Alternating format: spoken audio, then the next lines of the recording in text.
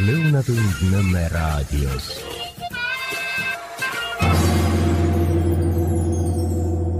Võlad, valed, sõjad ja patoloogiad.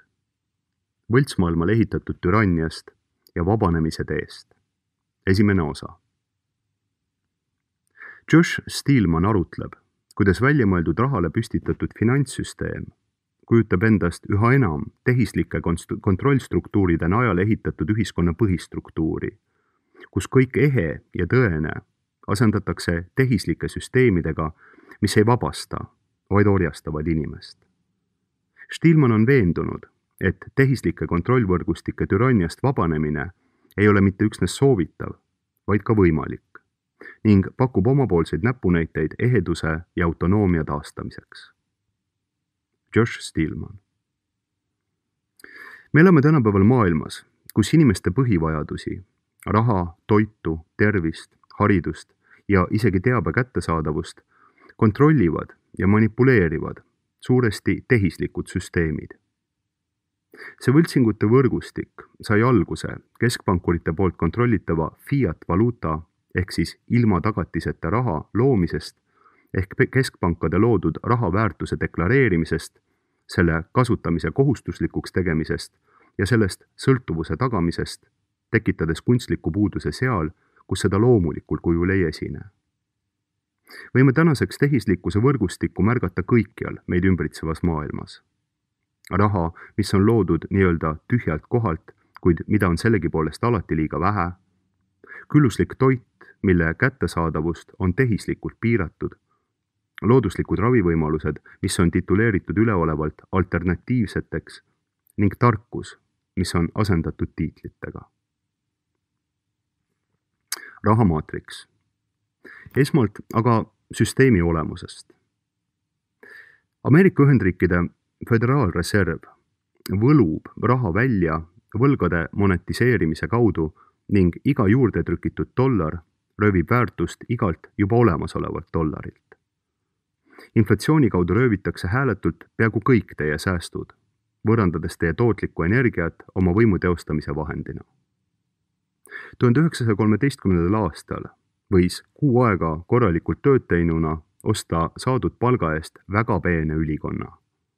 Tänapäeval katab see palk vaevalt nädala jagu toidukaupade kulu.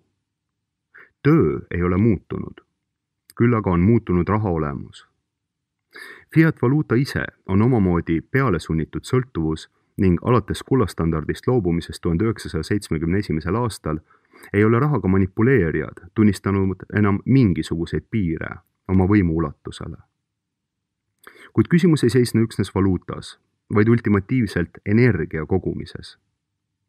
Pangad loovad raha klahvivajutuste abil ja nõuavad seejärel õhust loodud raha kinnimaksmist reaalse inimaja ja tööjõuna. Kui Föderaalreserv trükkis 2020. aastal 6 triljonit ehk 6000 miljardit dollarit, siis ei loonud keskpank tegelikkuses sentigi lisaväärtust. Selle asemel vähendati teie poolt tööga rahasse salvestatud energiat. Ning selles seisnebki kaasaegne finantsalkeemia. Teie tootlikkuse muutmine nende võimuks. Nagu Jeffrey Tucker Brownstone'i instituudist tabavalt nentis, Föderaalreserv on mootor, mis hoiab käigus inimkonna ajaloo ühte kõige keerukamat röövimise viisi. Kõige selle lõppmäng selgineb sedamööda, kuidas riikide keskpangad kiirustavad rakendama inimestele mugavust lubavaid keskpanga digivaluutasid, ehitades samal ajal üles infrastruktuuri täielikuks finantsjärelevalveks. Stabiilse väärtusega raha, mida piiravad looduslikud või matemaatilised asjaolud, ei saa lihtsalt esile manada. Kulla ja hõbeda kaevandamise võimalused on füüsiliselt piiratud. Bitcoin seevastu on piiratud 21 miljoni mündiühikuga. Samuti ei ole võimalik ka maad kaardile juurde lisada. Kuigi nimetatud nähtused ei ole täiuslikud, peitub neis kõigis samasugune oluline omadus. Nimelt, keskplaneerijad ei saa neid oma suva järgi juurde tekitada.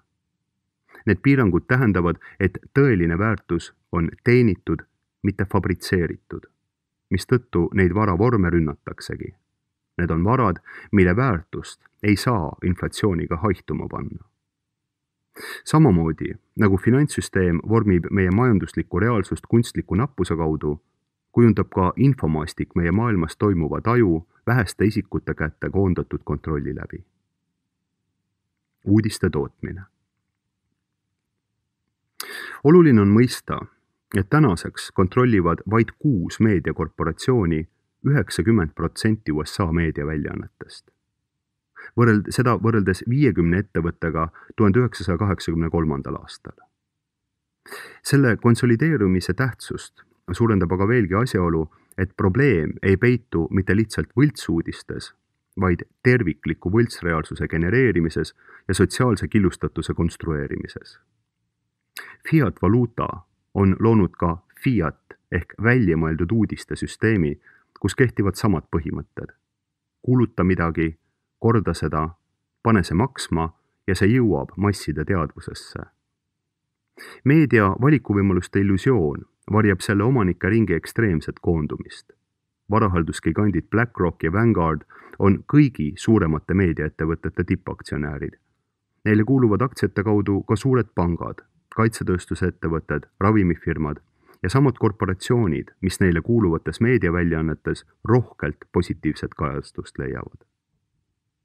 Nagu uudisteagentuuri CBS News endine president Richard Salant tunnistas, meie ülesanne on anda inimestele mitte seda, mida nad tahavad, vaid seda, mida meie otsustame, et nad peaksid tahtma.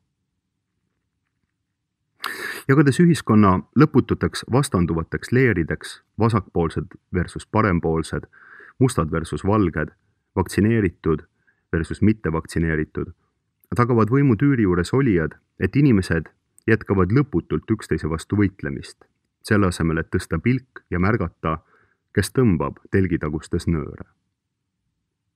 Siin ei ole tegemist pelgalt eriarvamuste summutamise, vaid uskumuste kujundamisega. Kas mäletate ehk, kui kiiresti muutus leebelt julgustav soovitus usalda teadust käsuks, ära sea autoriteeti kahtluse alla?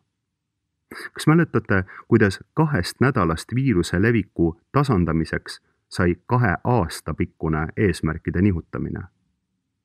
Koroonatürannia oli sedavõrd ekstreemne, et selle haripunktil märkasid isegi kõige võimutruumad inimesed, kuidas narratiive jutustati pidevalt ümber. Infotööstus ei kontrolli mitte üksnes seda, mida te näete, vaid kujundab ka viisi, kuidas te tõlgendate seda, mida teile näidatakse. Sisu kureerimise algoritmid loovad kajakambreid, samal ajal kui koordineeritud sõnumite monotoonne korrutamine tekitab elanikkonnas konsensuse illusiooni. Meediaväljaanded kuuluvad korporatsioonidele, mis sõltuvad valitsuse lepingutest ja mida reguleerivad asutused, kelle tegevust nad kajastavad. Kui te jälgite raha teekonda, alates ravimireklaamidest kuni kaitsetööstusettevõtete omandini, siis näete, et meediakontsernid mitte ei anna aru meid valitseva süsteemi kohta, vaid nad ise ongi valitseva süsteemi osisteks. Informatsiooniga manipuleerimine juhatab omakorda sisse tsentraliseeritud võimu kõige laastavama väljendusviisi ehk lõputute sõdade masinavärgi. Pankurite sõjamasin. Sõda on ülim rahapesu vorm ja pankurid on seda lihvinud alates Napoleoni sõdadest. Looge konflikt, rahastage kõiki osapooli, teenige hävingu pealt kasumit ning seejärel rahastage uut ülesehitust. Nõnda kõlab sõja arvelt kasumiteenijate loogika. Samade finantshuvide esindajad koguvad verise raha oma taskusse, olenemata sellest, kes võidab. Sõjatööstuskompleks vajab lõputuid vaenlasi selleks, et õigustada lõputuid kulutusi. Kui üks vaenlane ära langeb, luuakse koheselt uus. Nad ei müü relvi, nad müüvad hirmu. Iga väljalastud rakett tähistab ehitamata jäänud koole, rahastamata jäänud haiglaid, toetamata jäänud kogukondi. Ning oluline on mõista, et sõjad maksavad kõikjal ja alati kinni inimesed nii oma elude kui varaga, samas kui finantsistid koguvad hävingu pealt dividende.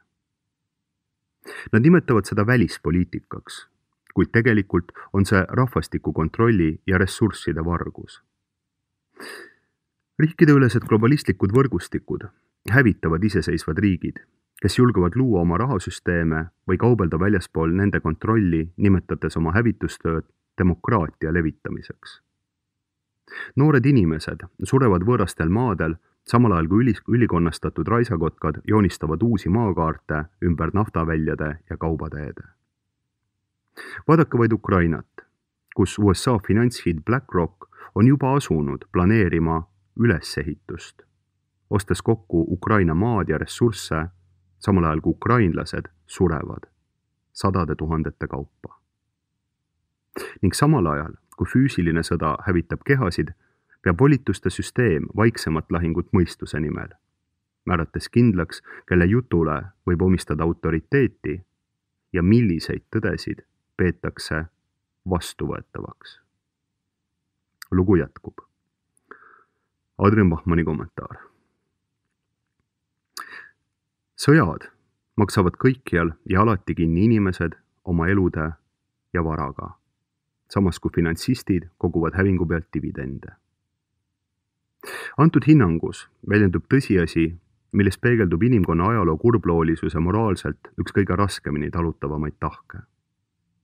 Alates Nathan Rothschildi kurikuulsast manöövrist Waterloo lahingu ajal, mille abil konsolideeriti pankuri suguvõsa kontrolli maailma toonaseks reservvaluuta emitendiks oleva Ühendkuningriigi finantssüsteemi üle, kuni bolševika revolutsioonini Venemaal või NSDAP võimule tulekuni Saksamaal, on võimalik inimkonna ajaloo kõige pöördelisemate ning verisemate episoodide epitsentrist leida ikka ja jälle rahvusvahelised finantsvõrgustikud, mis väljuvad konfliktist võitjatena sõltumata sellest, milline osapool sõdades või kodusõdades triumfeerib. Ülaltoodud printsiipi silmas pidades saab olema huvitav vaadata, milliseks formeerub sõjajärgse Ukraina alles jäänud maade ja varade, eeskätt tooraine ning maailma viljakaimate hulka kuuluva põllumajandusmaa omanike ring. Üks asi on ajalugu ning konflikti taga seisvaid jõude silmas pidades praktiliselt garanteeritud. Ning selleks on rusuv tõdemus, et Ukraina maa ega selle põues peituvad varad ei saa pärast sõda enam kuuluma oma kodumaa pinnast miljoni mehe vereohvriga niisutanud Ukraina rahvale. Võlad, valed, sõjad ja patoloogiad. Võltsmaailmale ehitatud türanniast ja vabanemise teest. Teine osa. Josh Steelman. Volituste kartell. Me oleme tänaseks loonud niinimetatud ekspertide klassi, kes ajavad institutsionaalse heakskiidu segi tarkusega. Esitagem endale järgnev küsimus. Kui keskmine Ameerika Ühendriikide meditsiiniüliõpilane lõpetab ülikooli $241 600 suuruse võlaga, siis mis te arvate, kui tõenäoline on, et ta vaidlustab süsteemi, millele ta on võlgu? Fiat-haridus toodab paratamatult ka Fiat-teadmisi, mis sõltuvad tõelise arusaamise asemel institutsionaalsest konformismist. Näiteks näitavad uuringud, et meditsiiniharidus soosib sageli farmakoloogilisi sekkumisi, samas kui eluviisile ja toitumisviisidele pööratakse suhteliselt vähe tähelepanu. Arstid, kes seadsid kahtluse alla ühiskonna lukustamise poliitika, sunniti vaikima, samal ajal kui sotsiaalmeedia ettevõtetest said üleöö rahvatervise eksperdid. Õppelaenukriis Ameerika Ühendriikides paljastab kolossaalse pettuse. USA tudengid on võlgu 1,7 triljonit ehk $1700 miljardit, samas kõrgkooli lõpetajate reaalpalga kasv on stagneerunud. Tegelik eksperdi roll lähtub kompetentsist, mitte kraadidest. Täisväärtuslikku toitu kasvatav talupidaja mõistab tervist paremini kui paljud toitumisspetsialistid ning mootoreid parandav mehaanik mõistab keerulisi süsteeme paremini kui paljud majandusteadlased. See on sedasi, sest teooria ilma praktikata on lihtsalt fantaasia, kusjuures inimese kraad ei väljenda tänapäeval enam mitte niivõrd tema intelligentsust, vaid kuulekust valitsevale režiimile. Mida kauem keegi süsteemis sees viibib, seda raskem on tal sellest kaugemale näha. Samamoodi nagu haridus moondatakse institutsionaalselt indoktrinatsiooniks, asendatakse ka tervishoius tervisealane tarkus patenteeritud sekkumistega. Meditsiiniline maatriks. Meditsiin on tänapäeval muudetud tervist loovast kunstist erihuvide koondumispunktiks. Näiteks teenis ravimitootja Purdue Pharma $35 miljardit opioidse valuvaigisti Oxycontin müügist, nimetades selle tekitatud sõltuvust pseudosõltuvuseks, mis nõuab suuremate annuste võtmist. USA Toidu- ja Ravimiamet kiidab heaks sünteetilise kannabioidi, samas kui looduslikud taimed on riiklikult seadusevastaseks kuulutatud, hoolimata nende legaliseerimisest mõnes osariigis. Seega, milles seisneb siin siis nende erinevus? Vastus on aga väga lihtne. Vaid üks nendest on patenteeritav. Nagu me näeme, siis kehtivad ka siin taaskord fiat ehk väljamõeldud väärtuse põhitõed. Keelustage looduslik ja asendage see tehislikuga ning kasseerige raha sisse. Farmaatsiatööstuse korruptsioon on konkreetselt mõõdetav viimase 2 aastakümne jooksul erinevate õigusrikkumiste tõttu määratud märkimisväärsete rahaliste karistuste kaudu. Kõige olulisemad juhtumid on aga järgmised. Pfizer, kellele määrati 2009. aastal $2,3 miljardit trahvi retseptiravimite ebaseadusliku turustamise eest. Või siis Johnson & Johnson, kes sai 2,2 miljardilise trahvi osaliseks 2013. aastal heaks kiitmata otstarbel ravimite propageerimise ja altkäemaksu andmise eest. Või siis võtame GlaxoSmithKline'i, kellele esitati $3 miljardi trahv 2012. aastal ravimite ebaseadusliku turustamise ja ohutusprobleemidest teatamata jätmise eest. Kokku on ravimiettevõtetele alates 2000. aastast määratud karistusi rohkem kui $122 miljardi ulatuses. Kuid ettevõtete jaoks on need trahvid lihtsalt äritegevuse kulud. See on väike hind, mida tuleb maksta vastutasuks puutumatu mõju eest inimeste tervisele. Kusjuures huvitaval kombel on näiteks diabeediravis kasutatava insuliini hind alates 1996. aastast tõusnud 1200%. Ning seda hoolimata sellest, et selle sajandivanuse ravimi juures ei ole tehtud mingeid olulisi muudatusi. Nüüd nõuavad farmaatsiaettevõtted ainuvõimu inimeste tervise üle, määrates lapsed sõltuvusse antidepressantidest, selle asemel, et õpetada neid emotsioone reguleerima. Loomulik tervenemine, mis toimub päikesevalguse, puhta toidu, liikumise ja puhkuse kaudu, kannab nüüd alternatiivse lähenemise nime, samas kui sünteetilised medikamendid on kuulutatud standardraviks. Teie keha loomupärane tervendav jõud on kuulutatud kahtlaseks ning farmakoloogia kontsernide patenteeritud molekulid on tervenemiseks kuulutatud hädavajalikuks. Tegelikult meie keha teab, kuidas taastuda, kui me vaid eemaldaksime takistused selle teelt. Tervise medikaliseerimine on vaid üks rinne meid valitseva süsteemi laiemas sõjas kõikide loomulike ja looduslike süsteemide vastu, ulatudes ka meie kõige põhilisemate toitumisvajadusteni. Sõda loomuliku elujõu vastu. Vaadake nende sõda meie kõige toitaine-rikkamate traditsiooniliste toiduainete vastu. Liha ja võid, just neid toiduaineid, mis ehitasid inimkonna aju ja toetasid meid aastatuhandeid, demoniseeritakse tänapäeval massiliselt. Dr. Weston Price dokumenteeris oma ulatuslikel uuringutel põlisrahvaste seas 1930. aastatel, et traditsioonilist toitu söövate inimrühmade seas ei leidunud ühtegi kaasaegset kroonilist haigust. Hambakaariase esinemise määr oli alla 1% ja südamehaigusi praktiliselt ei esinenud.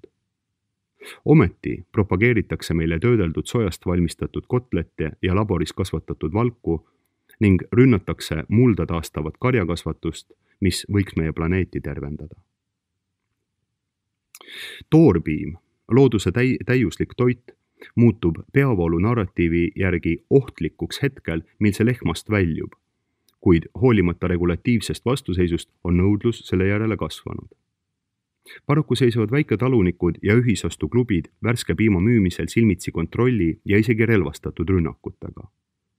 töötlemata piim, mis kunagi oli lihtne toiduvalik, on tänaseks muutunud poliitilise võitluse objektiks, mida otsivad need, kes seavad kahtluse alla valitsuse autoriteedi toiduküsimustes, samal ajal kui supermarketite riiulid on üle ujutatud veest ja seemneõlidest valmistatud ülitöödeldud piima alternatiividega. Isegi päike, kogu eluallikas maal, on muudetud vaenlaseks.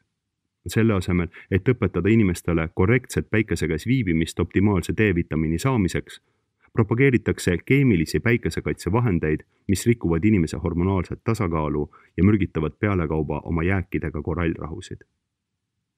Nüüd, kus meie ühendus looduslike süsteemidega on katkenud, juhitakse inimkonda üha enam tehismaailma, mis tõotab uut tüüpi sotsiaalset sidusust, kuid pakub tegelikult meile üksnes isoleeritust ning üksindust. Digitaalne vangla. Teekond meie praegusesse isolatsiooni on olnud hoolikalt kavandatud. Kõigepealt eraldati meid füüsiliselt üksteisest. Hoidke 2 meetrit vahet. Seejärel sunniti koduaresti. Püsige kodus. Ning lõpuks müüsid nad meile maha suhtlemise lõpliku fiat taseaine ehk metaversumi, kus digitaalsed avatarid asendavad inimeste puudutust. Irooniline on aga, et sedamööda, kuidas sotsiaalsed sidemed muutuvad kunstlikumaks, muutub ka tõenline inimlik kohalolek üha harvemaks. Tehnoloogina tean, et kõnealused tehnoloogilised vahendid on väga võimsad ja peaksid olema kõigile kättesaadavad. Kuid küsimus ei olegi mitte tehnoloogias endas, vaid selles, kas tehnoloogiat kasutatakse võimu tsentraliseerimiseks või detsentraliseerimiseks. Nagu elekter, mis võib anda energiat kogukonnale või elektripiiridele, võivad ka digitaalsed vahendid ühendada ja anda inimestele võimu või neid valvata ja kontrollida. Seega küsimus ei ole tehnoloogias, vaid selles, kes seda kontrollib ja kuidas seda kasutatakse. Oleme üheskoos üksi jäänud, olles küll pidevalt üksteisest ümbritsetud, kuid samas siiski sügavalt üksi. Sotsiaalmeedia Hiiu Meta enda läbiviidud uuringust selgus, et Instagrami kasutamine võimendab 32% teismeliste tüdrukute kehakuvandiga seotud probleeme. Keskmiselt ekraani taga veedetud aeg oli 2023. aastaks hüppeliselt kasvanud rohkem kui 7 tunnile päevas ning depressiooni määr kahekordistus. Me edastame oma elu pisiasju võõrastele, vältides samal ajal silmkontakti naabritega. Me jagame oma sügavaimaid mõtteid algoritmidega, kuid meil on üha keerulisem pidada tõelisi vestlusi teiste inimestega. Me upume suhtlemisse, kuid nälgime ühenduse puuduses. Jah, virtuaalsed maailmad võivad pakkuda lõbusat reaalsusest põgenemise võimalust ning digimängud lahutavad meelt. Samas ei ole metaversum pelgalt meelelahutus. See on midagi hoopis enamat. See on katse asendada reaalsus kui selline kunstliku konstruktsiooniga, mida keegi teine kontrollib. Kuid 1000 TikToki sõpra ei saa kunagi asendada ühte reaalset vestlust ning 1 miljon meeldimist ei saa asendada ühtegi tõelist kallistust. Me oleme bioelektrilised olendid, kes sõna otseses mõttes resoneeruvad üksteisega. Teise inimese lähedus mõjutab meie südame löögisageduse varieeruvust, ajulainete mustreid, hormoonide tootmist, immuunsussüsteemi toimimist ning emotsionaalset heaolu. Niiditõmbajad kardavad tõelist inimlikku ühendust, kuna see lõhub nende kontrollmaatriksit. Kui inimesed kogunevad, jagavad lugusid ja vahetavad energiat, mureneb tsentraalplaneerijate keskne programmeerimine. Tee vabanemisele. Süsteemi haardest vabanemise põhimõtete rakendamine algab kohalikul tasandil. Kui olete linnapiirkonnas, siis liituge toiduühisostu klubiga või rajage ise mõni selline. Eestis näiteks otse tootjalt tarbijale võrgustik, talude ühised müügiringid ning sotsiaalmeediagrupid suuremateks ühistellimusteks välismaalt. Kui teil on kontakte konkreetsete talunikega, siis aidake üksteist ja ostke otse neilt. Looge naabruskonnas oskuste jagamise võrgustik, kus inimesed õpetavad teistele seda, mida nad oskavad, alates toidu säilitamisest kuni põhiliste remondioskusteni. Liituge kogukonna aiaga või rajage kogukonna toetusel tegutsev mahepõllundusettevõte. Looge suhteid sarnaselt mõtlevate naabritega. Iga väike samm suurendab terve kogukonna vastupanuvõimet ja vähendab sõltuvust tehislikest süsteemidest. Lootustandev tõde on see, et igal tehislikul süsteemil on oma looduslik vaste, mis vabastab meid. Tehislike süsteemide püsimine sõltub teie osalusest, usust ja lõppkokkuvõttes ka kuulekusest. Nende raha omab väärtust üksnes siis, kui me usume sellesse ja anname sellele võimu endi üle. Nende autoriteedil on võimu üksnes siis, kui me seda aktsepteerime. Ja ärgem unustagem, et võimu poolt loodud narratiivid toimivad ainult siis, kui me ise neid tunnustame. Lahendus ei ole seega tegelikult keeruline. Ehitage ehtsaid sõprussuhteid. Jagage tõelist toitu. Pidage siiraid vestlusi. Looge tõeline kogukond. Vahetage tõelist väärtust ning usaldage loodusseaduseid. Mitte keegi ei naase fiat-süsteemide juurde, kui ta on kord kogenud reaalset vastet. Te ei pöördu tagasi töödeldud toidusöömise juurde, kui olete kord maitsnud looduse küllust. Te ei usalda fiat-valuutat, kui olete mõistnud usaldusväärse raha olemust. Ning te ei aktsepteeri kunstlikku autoriteeti, kui olete üles leidnud ning taastanud oma suveräänsuse. Revolutsioon ei tule millalgi tulevikus. See on juba kohal. Iga aed ja iga koduköök on mäss töödeldud toidu impeeriumi vastu. Iga bitcoin on mäss peavoolu rahasüsteemi vastu. Iga siiras vestlus on mäss võimurite kontrollsüsteemi vastu. Iga lapsevanem, kes õpetab tõelist ajalugu, mässab haridussüsteemi indoktrinatsiooni vastu. Iga kohalik turg on mäss korporatiivsete monopolide vastu. Ning iga naabruskonna kogunemine on mäss isolatsiooniprogrammi vastu. Meie esivanemate elu laabus ilma fiat-süsteemideta ning meie järeltulijad vaatavad praegusele tehislikule perioodile tagasi kui õõvastavale kunstlike piirangute pimedale ajastule. Pöördumine loodusseaduste hindamise juurde ei ole mitte üksnes võimalik, vaid lausa vältimatu. Tõde ei vaja jõustamist ja tegelikkus ei vaja määrust. Teie DNA mäletab seda, mida teie mõistust on programmeeritud unustama. Vabadust ei kingi teile mingi väline autoriteet, kuna see on teie loomulik seisund. Seega on ka teie ees valik. Millest kõige selle seast, mis on ehe ja tõeline, soovite teie täna osa saada? Adrian Bachmanni kommentaar. Tõepoolest, tõde ei vaja mingisugust jõuametkondade poolset jõustamist ning reaalsus ei vaja võimuaparaadi sertifikaati. Ometi oleme tänaseks jõudnud ühiskonda, kus inimeste elu reguleeriva, normeeriva, kontrolliva, suunava ja sanktsioneeriva riigiaparaadi invasiivsus on muutunud talumatuks kõigile neile, kelles on säilinud inimväärikus ning vaba inimesena olemise vaim. Seda nii autori poolt käsitletud Ameerikas kui ka siinmail.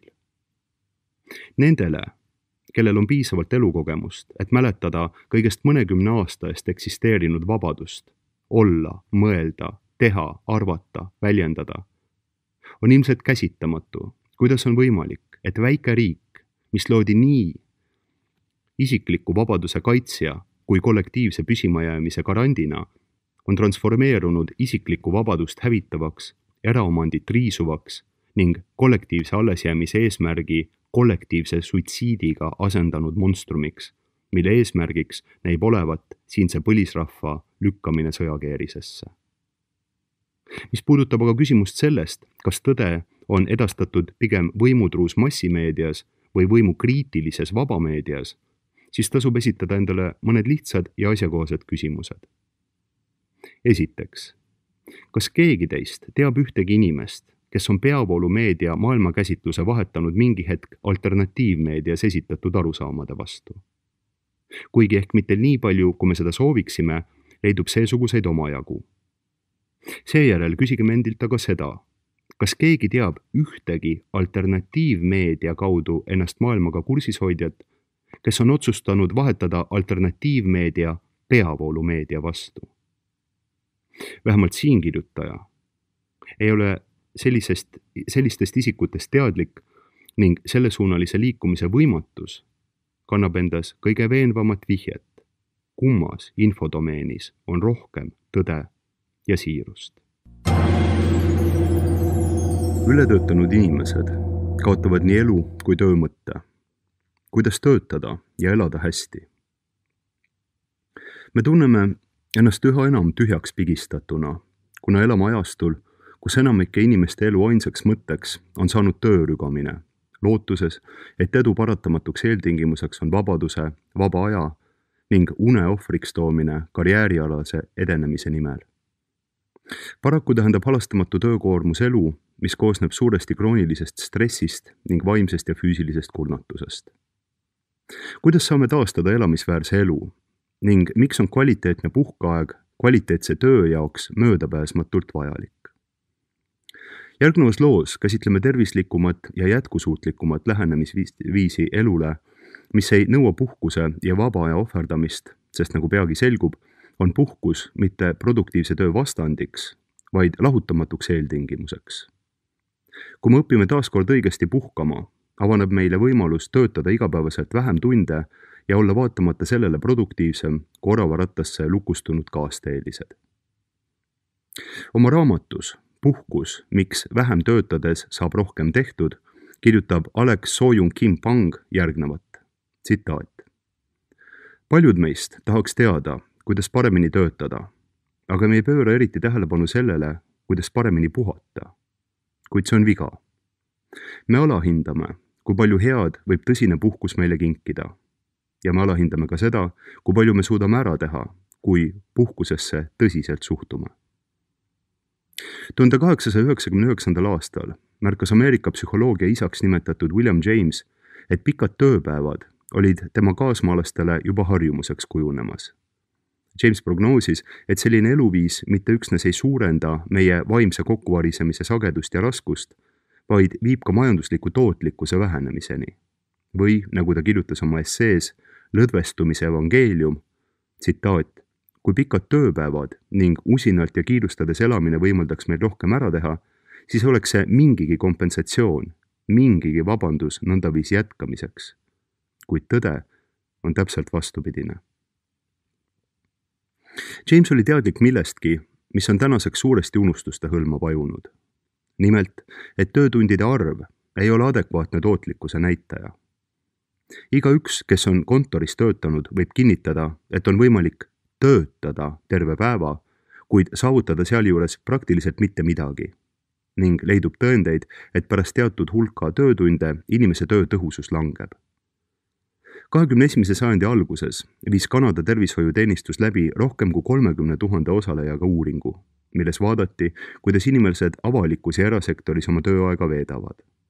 Nagu Johann Hari raamatus Kadunud keskendumisvõime, miks me ei suuda keskenduda ja kuidas õppida uuesti süvenema, välja toob, näitasid uuringu tulemused, et kui tööaeg üha paisub ja paisub, siis muutuvad inimesed hajameelsemaks ja vähem produktiivseks.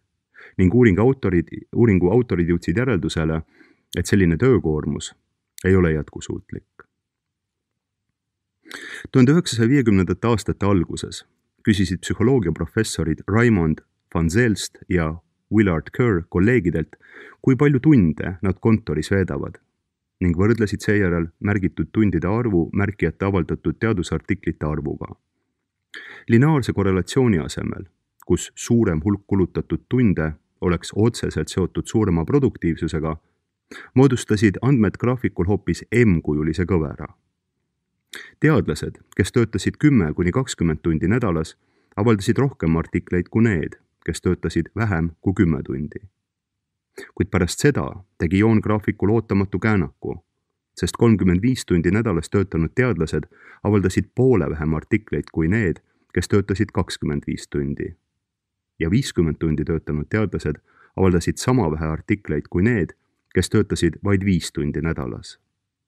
kõige madalama produktiivsusega olid töönarkomaanid ehk need, kes veetsid nädalas 60 või rohkem tundi kontoris.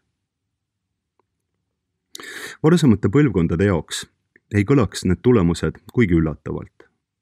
Enne esimest tööstusrevolutsiooni oli üldlevinud arusaam, et korralik töö eeldab korralikku puhkust ja et inimaju suudab ööpäevas vastu pidada vaid teatud kogusele kontsentreeritud tähelepanu eeldavale tööle.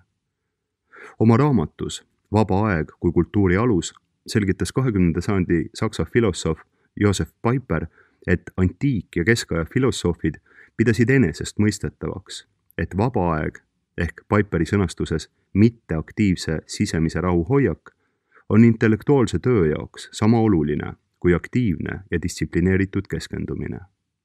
Või nagu kirjutab Alex Soo-Jung-Kim-Pang, tsitaat, varasematel sajanditel lõid silmapaistvad kirjanikud, teadlased, poliitikud ja ärimehed meistriteoseid, võitsid valimisi ja juhtisid tööstusharusid, leides samal ajal piisavalt aega pikkadeks jalutuskäikudeks ja regulaarseteks uinakuteks, vabadeks nädalavahetusteks ning isegi mitme nädalate pikkuseks puhkuseks.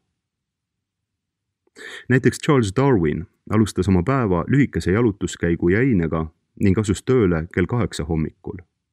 Kell 9:30 tegi ta pausi saabunud kirjade lugemiseks ja seejärel jätkas tööga kella 10:30 kuni keskpäevani. Nagu Mason Curry oma raamatus Igapäevased rituaalid, kuidas kunstnikud töötavad, kirjeldab, Darwin pidas seda oma tööpäeva lõpuks ja märkis sageli rahuloleval toonil, olen teinud hea päevatöö. Pärast lõunat veetis Darwin ülejäänud päeva jalutades, lauamängu mängides ning tukastades. Päevakavaga, mis sisaldas paar töist hommikutundi ja terve ülejäänud päeva puhkamist, kirjutas Darwin 19 raamatut, sealhulgas teose Liikide tekkimine, mis tõi kaasa radikaalse paradigma muutuse kogu läänemaailma mõtteviisis. Ja nagu kirjutab Alex Soo-Jung-Kim-Pang, tsitaat, paljusid silmapaistvaid isikuid, kes töötasid erinevatel aegadel eri valdkondades, ühendas kirg oma töö vastu, tohutu ambitsioon saavutada edu ja peaaegu üliinimlik keskendumisvõime. Ometi leiame nende igapäevaelu lähemalt vaadates, et nad veetsid vaid mõned tunnid päevas sellise tegevusega, mida meie tunnistaksime nende kõige olulisema tööna. Ülejäänud aja matkasid nad mägedes, tegid uinakuid, käisid sõpradega jalutamas või lihtsalt istusid ja mõtlesid. Teisisõnu ei olnud nende loovus ja produktiivsus lõputute töötundide tulemus. Nende monumentaalsed loomingulised saavutused tulenesid tagasihoidlikust tööajast.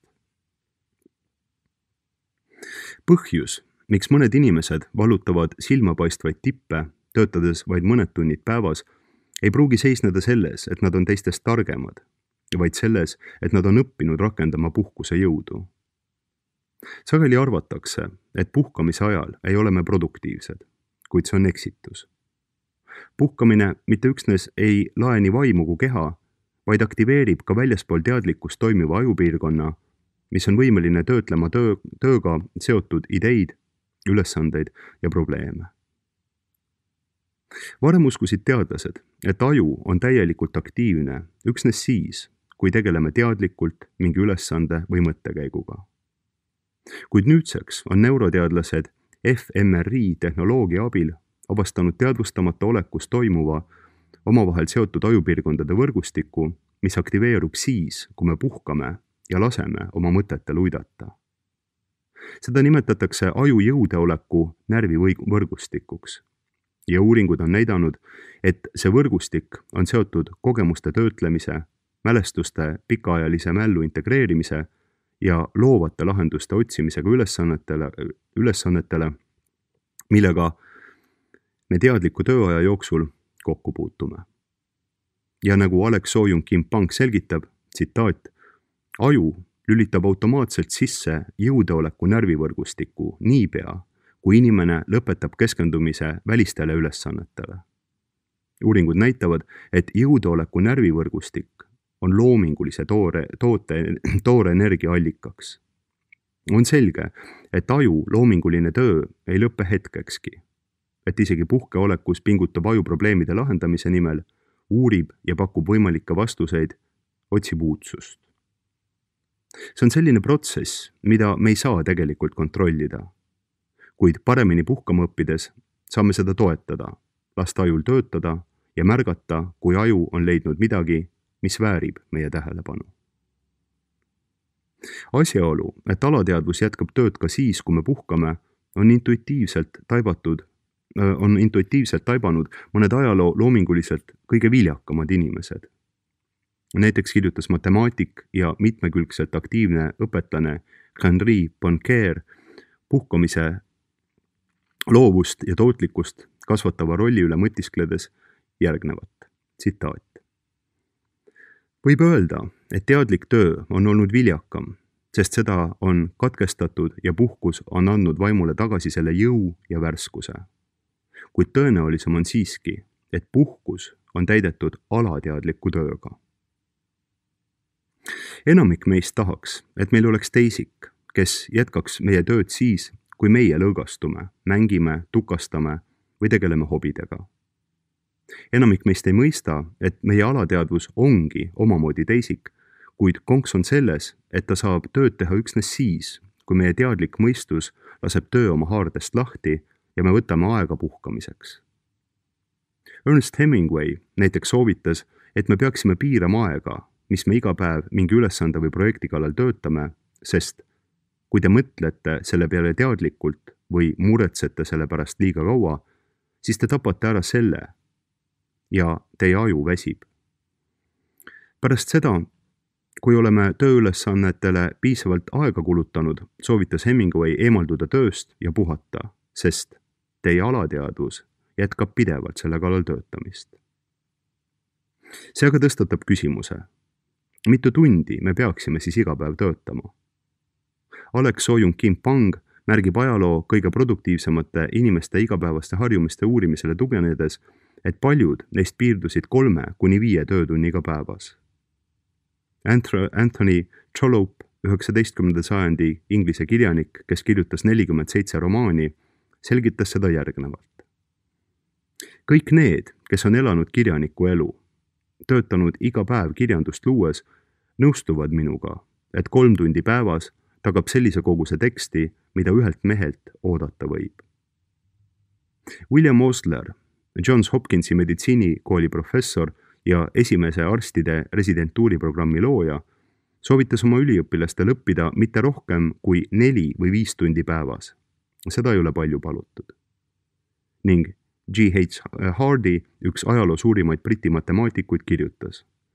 4 tundi loomingulist tööd päevas on matemaatiku jaoks ligikaudne piir. Või, nagu kirjutab Soyun-Kim-Pang, 4 tugevat töötundi päevas koos aeg-ajalt tehtavate pausidega on muster, mis ei piirdu vaid teadlaste, kirjanike või teiste juba edu saavutanud, oma töös end hästi sisse seadnud ja oma ajakava ise määramise vabadust omavate isikutega. Sama korraldust võib märgata ka üliõpilaste seas, kes tõusevad oma valdkondades liidriteks. Võimalusel on kõige parem ajastada oma keskendumist eeldav töö esimeseks ülesandeks hommikul, sest hommikul oleme veel ülemineku staadiumis alateadlik une ja teadliku ärkveloleku seisundi vahel ning meie mõistus on sel ajal kõige värskem ja loomingulisem. Iiri kirjanik Edna O'Brien näiteks kirjutas, et hommikuti tundis ta end lähemal alateadvusele, inspiratsiooniallikale. Lisaks võimaldab hommikuse tugeva tööbloki lõpetamine meil puhata ja nautida ülejäänud päeva ilma süütundeta ning puhkus aktiveerib meie alateadvuse osa, mis jätkab tööd ülesannete ja ideedega, millele me hommikul keskendusime. Peaksime oma puhkamise viisile mõtlema ja selle eest hoolitsema sama palju kui oma töötamise viisi eest, sest mõned puhkamise vormid mõjuvad organismile taastavamalt ja suudavad meie alateadvust töö jätkamiseks efektiivsemalt käivitada kui teised. Veelgi enam, üks peamisi tegevusi, millega inimesed tööst vabal ajal hõivatud on, sotsiaalmeedia sirvimine, ei ole tegelikult puhkus, sest see ülekoormab meie meelt stiimulite küllusega ja uuringud on näidanud, et pidev tähelepanu vahetamine postituste, piltide ja videote vahel mõjub vaimselt kurnavalt. Telefoni vahtimise asemel on üks parimaid puhkamise viise lihtsalt tühjusesse vaatamine ja oma mõtete uitama laskmine. Uuringud on näidanud, et mõtete rändamine ei ole ajaraisk, vaid kriitiliselt oluline kognitiivne tegevus, mis aitab meil maailma mõtestada, kogemusi seedida, ideid läbi töödelda ja asjade vahel uusi seoseid luua. Ning see on loovuse alus.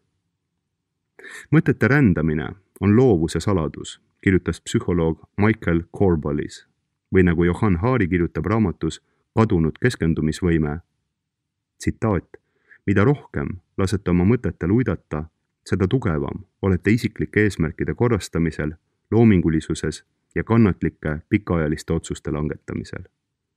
Te suudate neid asju paremini teha, kui lasete oma mõtetel triivida. Ma arvasin varem, et mõtete rändamine on tähelepanu vastand ja seetõttu tundsin end sellele aega kulutades süüdi. Olen nüüd aru saanud, et eksisin. Tegelikult on mõtete rändamine hoopis tähelepanu teistsugune vorm ja see vorm on väga vajalik. Võime lasta oma mõtetel hulkuda füüsiliselt puhkamise või kõndimise ajal, mis on teine ajaloo kõige produktiivsemate isikute lemmikpuhkamise viis. Ma olen kõndinud ennast oma parimatesse mõtetesse, kirjutas filosoof Soren Kierkegaard. Kuulus saksa kirjanik Thomas Mann pühendas hommikuid kirjutamisele ja märkis, et pärastlõunad on lugemiseks, minu liigagi rohkeks kirjavahetuseks ja jalutuskäikudeks. Kõndimine ei ole mitte üksnes füüsiliselt tervislik, stimuleerides vereringet, vaid jalutuskäigu ajal köidab ümbritsev keskkond passiivselt meie tähelepanu, soodustab meelte rändamist ja suunab meie teadliku meele meeldivasse unelusse, mis stimuleerib loovust ja loomingulise alateadvuse aktiveerimist. Cambridge'i ülikooli teoreetiline füüsik Paul Dirac selgitas, et oma igapäevastel jalutuskäikudel ta ei mõtle tahtlikult oma tööle. Leidsin, et sellised olukorrad on uute ideede jaoks kõige kasulikumad. Või, nagu kirjutas filosoof Friedrich Nietzsche, kõik tõeliselt suured mõtted sünnivad kõndides. Veel üks võimas puhkuse vorm on pärastlõunane uinak. Rootsi psühholoog Anders Eriksson on pühendanud oma karjääri selliste inimeste uurimisele, kes on kujunenud oma ala eliidiks. Tema töö viljade najal on hakanud levima mõttetera, et eksperdiks saamiseks on vaja 10 000 tundi keskendunud harjutamist või tööd. Erikssoni uuringud lugedes jäetakse aga sageli tähelepanuta, et tipptegijad magavad ööpäevas keskmiselt tund aega rohkem kui nende vähem saavutanud kolleegid ja et see lisauni koguneb päevaste uinakute näol. Uinakud on minu tööprotsessid hädavajalikud, tõi välja näiteks ulmekirjanik William Gibson. Või, nagu kirjutab Soo-Jung Kim Pang, maailmatasemel saavutused saabuvad pärast 10 000 tunni teadlikku harjutamist, 12 500 tunni teadliku puhkuse ja 30 000 tunni uneaja möödudes. Lisaks täidavad erakordselt produktiivsed inimesed oma päevi füüsilise aktiivsusega, olgu selleks siis vaba treening või mõne spordialaga tegelemine. 1950. aastatel algatas California ülikooli Los Angelese sotsioloog Bernice Edwisson uuringu, milles küsiti, mis eristab edukaid teadlasi nende vähem edukatest kolleegidest. Ta kogus kokku grupi noori teadlasi ja jälgis nende elukäiku üle 20 aasta. Pärast Edwissoni surma jätkas tema kaastöötaja uuringut ja avastas, et kõige silmapaistvama karjääriga teadlastel oli ebatavaline tung eksperimenteerida nii spordis kui ka teaduses. Teadlased, kelle karjäär oli keskmiselt või alla keskmise edukas, liikusid seevastu või tegelesid mõne spordialaga üksnes vähesel määral. Üks ilmne põhjus, miks sportlikud tegevused aitavad kaasa karjääriedule, on asjaolu, et tänu keha ja vaimu vahelisele seosele toetab tugev ja terve keha ärksat ja keskendunud meelt. Vähem ilmne põhjus on aga see, et intensiivne füüsiline tegevus muudab peaaegu võimatuks teadlikult tööga seotud mõtetega tegelemise. Selline vaimne puhkus suunab alateadliku meele taustal ülesannete ja probleemide jaoks uudseid lahendusi ja taipamisi otsima. Tööga mitte seotud hobid või ajaviited, olgu selleks siis male, aiandus, pillimäng või ilukirjanduse lugemine, on samuti suurepärased puhkusevormid. Näiteks Winston Churchill lõõgastus ja leidis hädavajaliku varju poliitilise töö keerukuse ja surve eest igal pärastlõunal maalimisele aega pühendades. Ja nagu ta teraselt märkis, hobi ja uute huvialade kultiveerimine on avaliku elu tegelase jaoks esmatähtis poliitika. Ei piisa üksnes peamise ja tavapärase huvivaldkonna kohal tulekahjude kustutamisest. Tuleb heita valgust uuele huvialale. Meele väsinud osi saab välja puhata ja tugevdada mitte ainult puhkuse, vaid ka teiste meelteosade kasutamisega. Hommikune töötamine ja ülejäänud päeva puhkamine on palju lihtsamini teostatav nende inimeste jaoks, kelle ajakava on paindlik ja kes ei ole seotud traditsioonilise 8 või 9 tunnise kontorirutiiniga. Kui meil on aga piisavalt vabadust oma päevi nõnda korraldada, siis on see väärt eksperiment, mis võib suurendada tootlikkust, anda aega puhkusele ja hobidele ning lõppkokkuvõttes toetada tervisliku töö ja eraelu tasakaalu, mis hoiab ära niivõrd paljusid inimesi karjääri jooksul tabava varajase läbipõlemise. Ja lõpetuseks kujundab igapäevase puhkuse prioriteediks võtmine head iseloomu. Ületöötamine tekitab ärevust, et kunagi ei ole piisavalt aega kõige selle saavutamiseks, mida me tahame või peame tegema. Ükskõik, kus me oleme või mida me teeme, tunneme end kiirustamise tsüklisse langedes paratamatult lõksus olevana. Nagu filosoof Soren Kierkegaard märkis Võrgutaja päevaraamatus, kõigist naeruväärsetest asjadest maailmas tundub mulle kõige naeruväärsem kiirustades elamine. Selline mees olemine, kes kiirustab nii oma toidu kui ka oma töö juures. Seevastu suured inimesed ei ela halastamatu kiirustamise koorma all. Selle asemel on neis sisemine rahu, mida nad kasvatavad, jättes iga päev piisavalt aega ka puhkamiseks. Ja nagu 19. sajandi Inglise ajaloolane J.R. Seeley märkis, suurte inimeste ülim omadus on nende suutlikkus puhata. Ärevus, rahutus ja sahmerdamine on paraku nõrkuse tunnusteks. Adrian Bachmanni kommentaar. Mis on sinu elu mõte? See on küsimus, mida harva endale esitada söandame, kartes mitte niivõrd vastust mitte leida, vaid seda, mida meest leiame. Meie elu mõte mitte meie poolt soovituna, vaid tegelikkuses elatuna. Kui suured on käärid meie unistuste ning tegelikkuse vahel ning kui need paiknevad erinevates reaalsustes, siis kas selle aluspõhjus peitub selles, et unistasime liiga palju või tegime oma unistuste täitmiseks liiga vähe? Ning kas me unistasime asjadest, mis meid tegelikult õnnelikuks teevad, või asjadest, mis meile rõõmu, rahu ja tähendust ei paku? Vahetegu inimeste vahel, kes elavad selle nimel, et töötada, ning inimeste vahel, kes töötavad selleks, et elada, on mõistagi üldtuntud. Tihtilugu eritletakse selle dihhotoomia alusel ka rahvuslikke temperamente, kusjuures kummalisel kombel kipuvad enamus rahvaid iseennast määratledes endid ikka pigem töörügajateks kui elunautlejateks arvama. Samuti on huvitav tähele panna, et väga paljud meist kurdavad selle üle, et töötame liiga palju. Kuid ilmselt ei ole keegi meist kohanud inimest, kes kurvastab selle üle, et ta elab liiga palju. Seda elust ja elulistest kogemustest rõõmu tundmise tähenduses. Aristotelese kohaselt on rõõm, või kui soovite, siis elurõõm miskit, mida inimene otsib iseeneses ja mitte vahendina.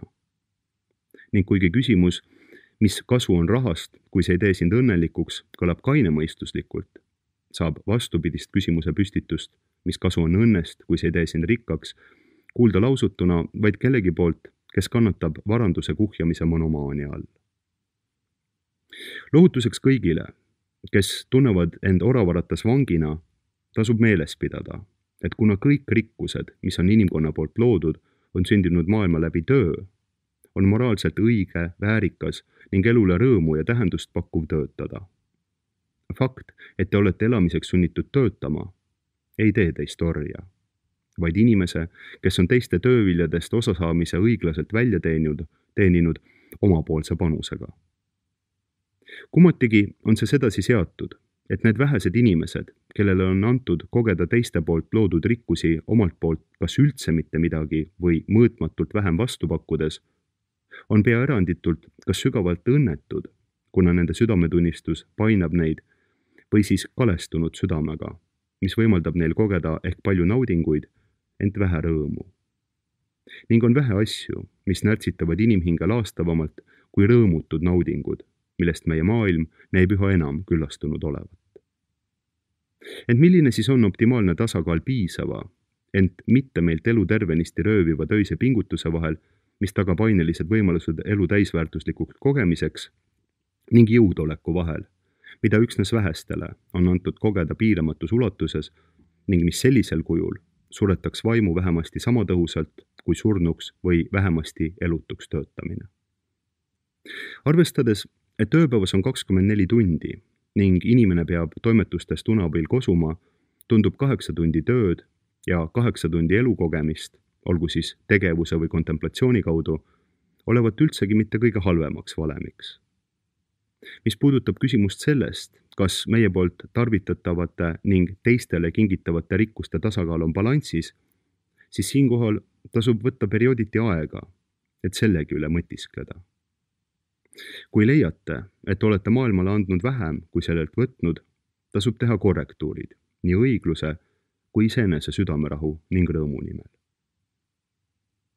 Kõhutunne näib siiski kinnitavat, et 80-20 printsiip paistab maailmas kehtivat ka selles, mis puudutab inimeste hulka, kes on maailmale oma töö läbi rohkem kinkinud, kui sealt omale võtnud, ning matemaatiline tõenäosus asetab inimkonna enamuse pigem andjate kui võtjate poolele.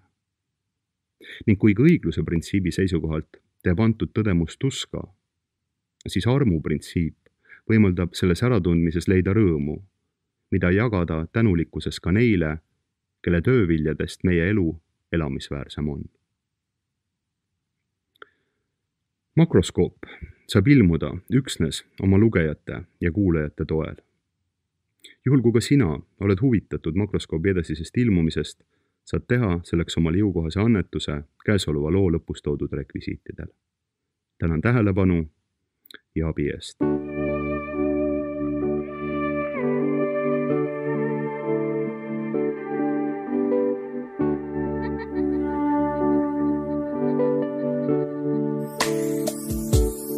Ela hästi mu kodumaa suurajad mulle on kitsaks jäänud. Vastumeeli raskel sammul jättan maha ma kodupaiga. Võõra keele võõras sõna tõukab eemal emakeele. Võõra keele võõras sõna tõukab eemal emakeele.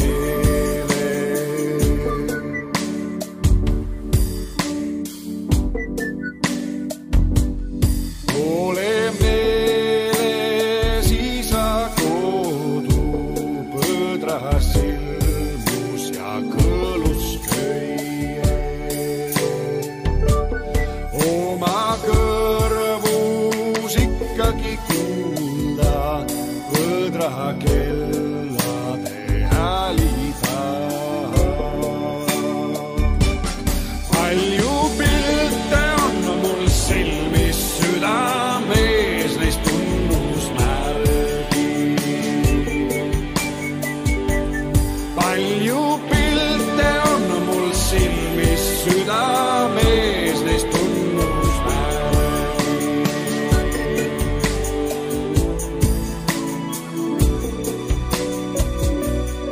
Ole meeles isa kodu lapsepõlve mängupaiga. Oma kõrvus ikkagi kuulda põdra kell